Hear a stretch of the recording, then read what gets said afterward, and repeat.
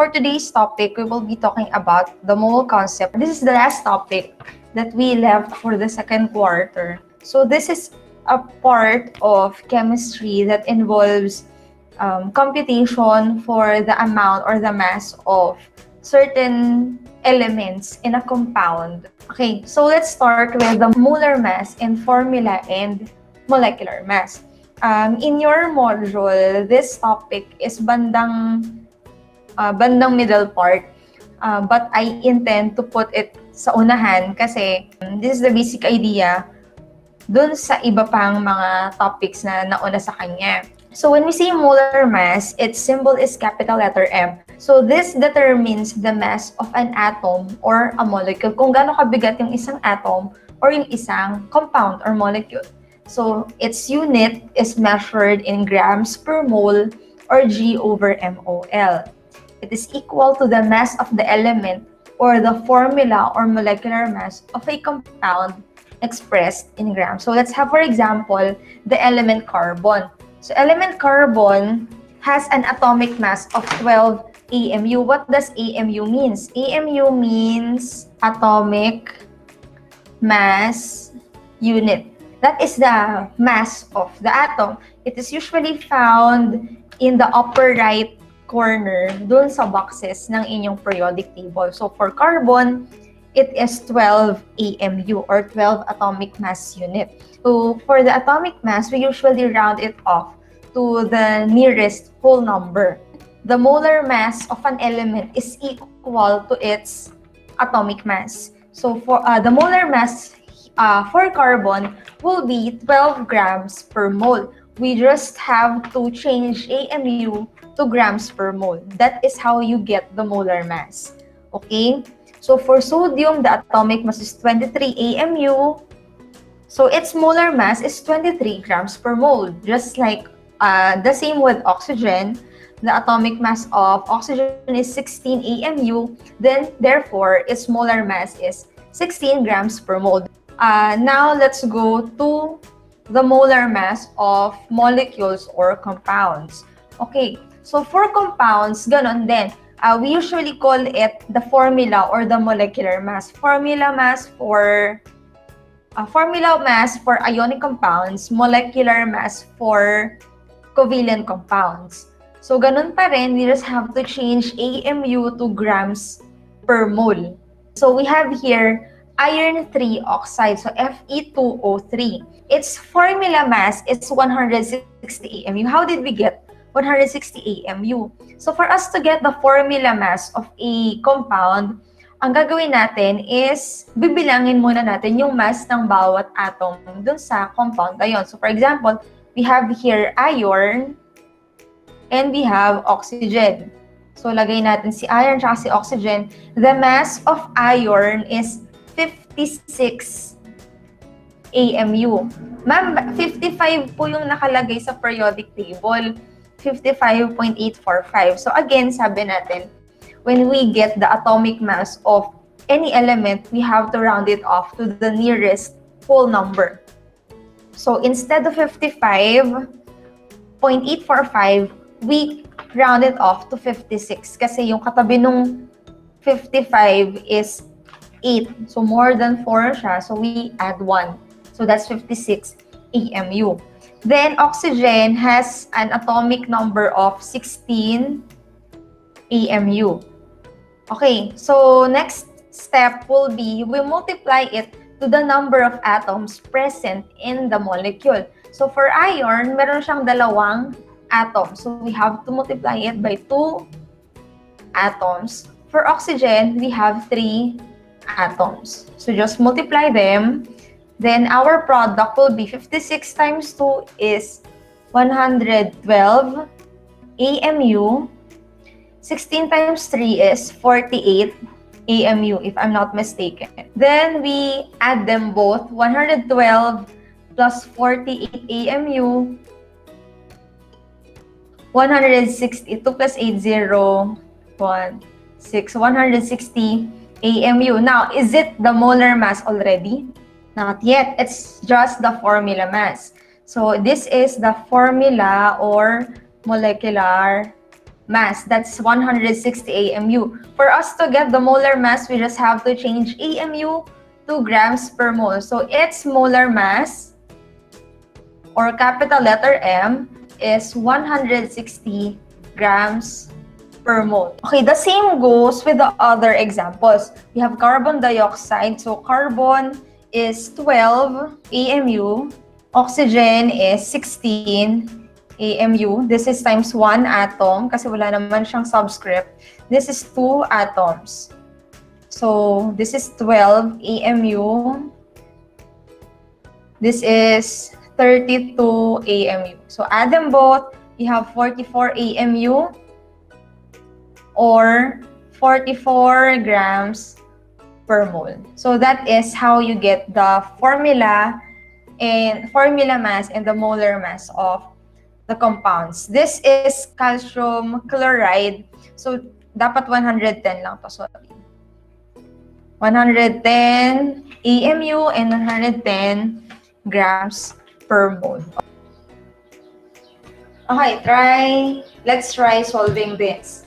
Okay, we have H2O. So we're looking for the molar mass of water. So kunin muna natin yung molecular mass ng water. So we have H, we have oxygen.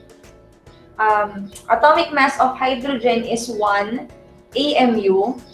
Oxygen is 16 AMU. So multiplied by the number of atoms, we have 2 atoms here and 1 atom for oxygen. So that will be 2 AMU. This is 16 AMU.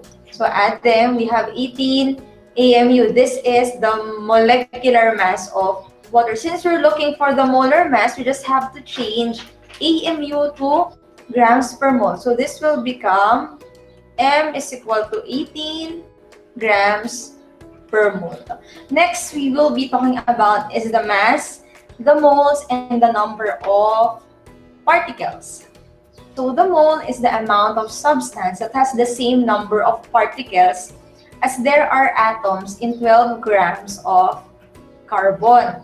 So amount of substance or amount of particles in an atom or in a molecule. Sa isang carbon, di ba ang mass ni carbon is 12 grams per mole or 12 AMU. Yung mass ng buong atom na yun is 12 grams. So it is a Latin word which means heap or a huge pile. So yung 1 mole ng isang substance, 1 mole of any substance is equal to Avogadro's number. It is named after Amadeo Avogadro.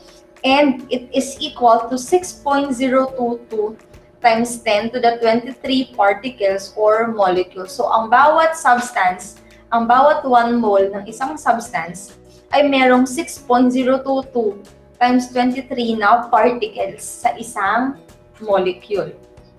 Sa isang substance, yung bawat mole is merong equivalent na Avogadro's number, which is equal to 6.022 times 10 to the 23 particles per molecules. For example, water, H2O. So, yung 1 mole ng water or yung 1 mole ng H2O, meron siyang 6.022 times 10 to the 23 na particles. So, ganun karami yung particles sa isang mole ng water. Another example, explanation, 1 mole of any molecule or diatomic element, meron silang 6.022 times 10 to the 23 na molecules. Ang 1 mole of any ionic compound is merong 6.022 times 10 to the 23 formula unit. Basta, bawat 1 mole merong 6.022 times 10 to the 23. Depende yung unit. Ayan. So, a mole is a collection of 6.022 times 10 to the 23 items. 1 mole of water is 6.022 times 10 to the 23 molecules of water. 1 mole of sodium chloride, 6.022 times 10 to the 23 formula unit. So we use molecules if it is a covalent compound. We use formula units for ionic compound. So para mas maintindihan nyo, ito tayo. So let us know how to solve for the number of moles. So you know, Gresa, G is for the given, R is required to find, usually the number of moles. E is for the equation. So this is the equation for us to get the number of moles. Mass of the substance times 1 mole over mass of 1 mole. So I will be introducing that to you later on.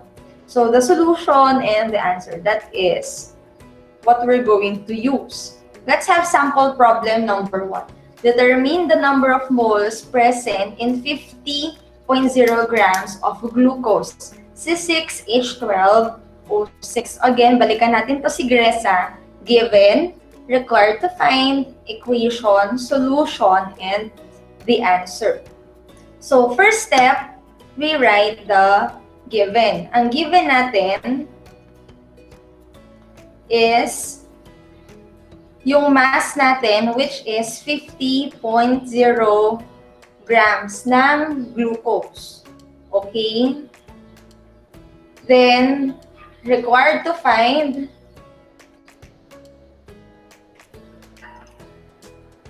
is the number of moles present in glucose, which is C6H12O6. Ang equation natin dyan, we have number of moles is equal to mass of substance times 1 mole over mass of 1 mole. So let us have the solution. Okay. So meron na tayong mass of substance, which is 50.0 grams. Now we have still one missing, which is mass of 1 mole. So how do we get the mass of 1 mole? We get the molar mass of glucose. We get the molar mass of C6H12O6. So kunin muna natin si molar mass ng glucose. So CHO. Okay? So carbon is 12 AMU. 12 AMU times 6, right? Hydrogen is 1 AMU times 12. O is 16 AMU times 6. Okay? So, dito tayo. CHO. 12 times 6 is 72 AMU. H is 12 AMU. 96 AMU. Okay, then we add them. 72 plus 12 plus 96, we have 180 AMU. This is the molecular mass of glucose, so we just have to change it to grams per mole. So number of moles is equal to 50.0 grams. 50.0 grams times 1 mole over 180 grams per mole. Okay?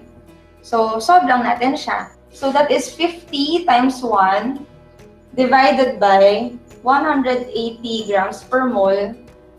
That is 0.278. We round it off to 3 decimal places at least. Moles. So that is the number of moles of C6H12O6. Now let us go to the relationship between the molar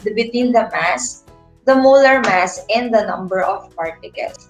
So let us start with the mole to mass relationship. Again, this is mole to mass. So from the number of moles, kukunin natin yung mass. The general equation for mole to mass relationship is you're looking for the mass in grams is equal to the number of moles times mass per 1 mole over 1 mole. Let's have this example here. We have Johann van Helmont was the first to prepare sulfuric acid by destructive distillation of ferrous sulfate, which is 1,600 grams. This substance, which reacts violently with water, has recorded a melting point of negative 2 degrees Celsius and boils at 327 degrees Celsius. Determine the mass in grams of 11.22 moles of sulfuric acid. Okay, H2SO4 is sulfuric acid. Now, in reading problems, you have to identify ano yung kailangan nyo lang and ano lang yung panggulo. So, dito sa problem natin, medyo mahaba siya, but we are just going to look for the given. Ano ba yung kailangan natin for this equation? We are looking for the number of moles para makuha natin si mass in grams. So, ito, kailangan ba natin ng 1,600 grams? Hindi natin kailangan yan kasi wala naman dun sa equation natin. This is the mass of the substance. This substance, which reacts violently with water, has recorded a melting point and a boiling point. Do we need the boiling point here? And do we need the melting point here? Hindi. So, itong introduction ng question na to, hindi na natin kailangan. So, panggulo lang siya para lang malito kayo. Ang pinakakailangan natin is itong nasa dulo. Determine the mass in grams of 11.22 moles of sulfuric acid. So again, we use the same process. Okay, gresa tayo. Let's start with the given. Number 1, kunin muna natin yung ating molar mass. Get the molar mass. Kasi dito, sa equation natin, kailangan natin ng mass per 1 mole, which is also equivalent to the molar mass. Okay, so ang kukunan natin ng molar mass is itong H2SO4 or yung sulfuric acid. Get the molar mass. So for this problem, kunin natin si H2SO4. Okay, get the molar mass muna natin. So HSO. So mass of hydrogen is 1 AMU. Si sulfur is 32 AMU. Si oxygen is merong 16 AMU. So, multiply lang natin siya. This is 2, this is 1, this is 4. So, 2 AMU, 32 AMU, then 64, tama ba? 64 AMU. So, add natin sila. 898 AMU. Huwag kayong masyadong mag-rely dun sa nasa module nyo kasi mali-mali yung computation sa module. So, we have 98 AMU. Ngayon, ang given na natin is, so given natin the molar mass, which is 98 grams. Tama? 98 grams per mole. So, 98 grams. Then, yung ating number of moles, which is 11.22 moles. Yun na yung ating given. And we are required to find the mass in grams. So, yun yung hinahanap natin. We're looking for the mass of sulfuric acid in grams. Step 2 natin, we are going to solve. Solve na natin yan. Okay. So, our equation is mass in grams is equal to the number of moles times molar mass over 1 mole. Okay, tandaan kung ano yung given. Ano yung given dun sa problem natin? Balikan ko lang ha. Ang given sa problem natin is 11.22 moles. That is in moles, no? So, kung ano yung unit ng given nyo, yun yung nasa ilalim ng inyong conversion side. Itong part na to, yung may fraction, that is your conversion side. Alright? So kung moles itong given natin dito, dapat moles din yung nasa baba ng inyong fraction. Okay, then we solve. So solution natin, so mass is equal to the number of moles. Where do we get the number of moles? Ito siya. So that will be 11.22 moles of sulfuric acid times the molar mass of sulfuric acid, that is 98 grams. 98 grams over 1 mole. So bakit natin kailangan ilagay yun sa ilalim? So we can cancel the units. Alright? So what's next? So that will be 11.22 times 98 grams divided by 1. Answer is mass is equal to 1099.56 grams. This is the final answer. So 98 grams of sulfuric acid is equal to 1099.56 grams. We'll proceed with the mass to number of particles relationship. Dalawang topic ang i-incorporate ko dito, yung mass to number of particles tsaka moles to number of particles. Pero sasama ko na lang siya sa isang topic. So let's start with the number of with the mass. Given yung mass, tapos we're looking for the number of particles.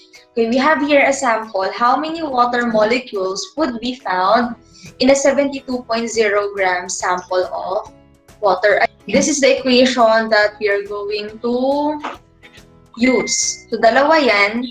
So, meron tayong given yung mass, tapos kukunin natin si number of particles. So, let's have the problem solving. Meron tayong 72.0 gram sample of water. And una, kunin muna natin si molar mass ng water, which is H2O. So, H and O, this is 1 times 2. We have 2 AMU. We have 16 times 1. We have 16 AMU. So, this will be 18 AMU or 18 grams per mole. Given natin is the mass of the substance, which is 72.0 grams. Ang molar mass natin, which is 18 grams. Tama ba ako? Okay. And meron tayong additional na given dito, which is not mentioned in the problem, pero lalagay natin siya dito because this is constant, which is the Avogadro's number.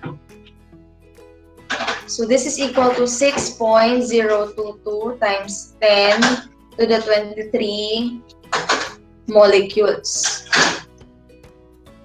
Okay. So ito na yung ating given. Sundan ako ha. We are required to find the number of particles ng 72.0 grams ng water. Okay, ang equation na gagamitin natin is number of particles is equal to the mass of substance times 1 mole over the molar mass. That is our equation. So, same lang yan. Mass of substance times 1 mole over molar mass. Okay. So, substitute natin. So, number of particles is equal to, ano yung mass of substance natin? That is 72.0 grams times 1 mole over ang molar mass natin, which is 18 grams. So, cancel the grams. We have 72.0 times 1 mole over 18. So, multiply 72 times 1 divided by 18. We get the number of particles is 4 moles. We get 4 moles, but this is not yet our final answer. As we, if we're going to recall, meron tayong dalawang equation dito. So after we solve for this one, itong unang equation natin, we will proceed to the next one.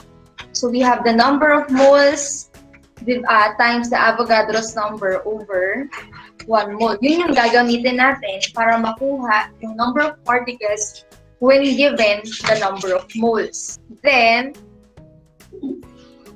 use next equation. So, which is the number of particles equals the number of moles times Avogadro's number over 1 mole. Okay? Nasusundan ako? Nasusundan pa ako?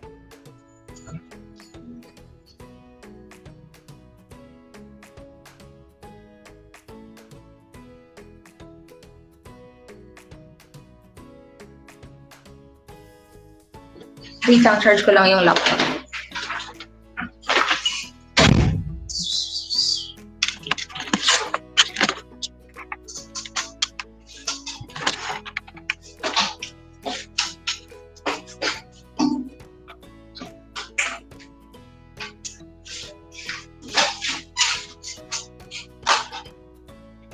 Okay, so substitute natin sila. So we have 4 moles of water times 6.022 times 10 to the 23 molecules. Ayan, sorry ha. Over 1 mole. So cancel natin si mole. So that will become 4 times 6.022 times 10 to the 23 molecules over 1. So multiply natin sila. In solving this problem, mas maigi kung ang gagamitin nyo is scientific calculator since Avogadro's number is in scientific notation para makuha nyo yung exact answer. So that will be 4 times 6.022 raised to the 23 over 1. So answer is 2.4088 or 2.41 times 10 to the 24 molecules. This is the number of particles for 72.0 grams of water. Medyo mahaba kapag ang given is the mass of substance. Pero kapag given naman na yung number of moles, didiretso na kayo dito sa equation na to. Itong number of moles times Avogadro's number over 1 mole.